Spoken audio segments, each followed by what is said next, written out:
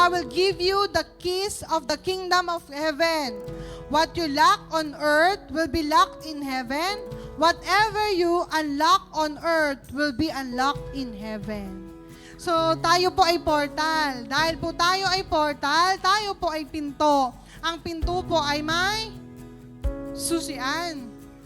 So, may lock po yan, ang mga pinto. So, hindi po mananatili na tayo po ay nakalock.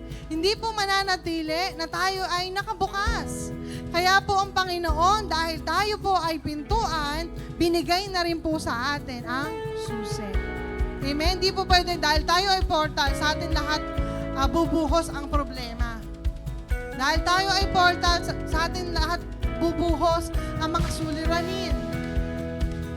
Because we are the portal of God. Ngayon, binigyan po tayo ng kapangyarihan ng Panginoon ipahintulot kung ano ang mga bagay na gusto mong ipahintulot at pigilan ang mga bagay na hindi beneficial sa ating mga buhay.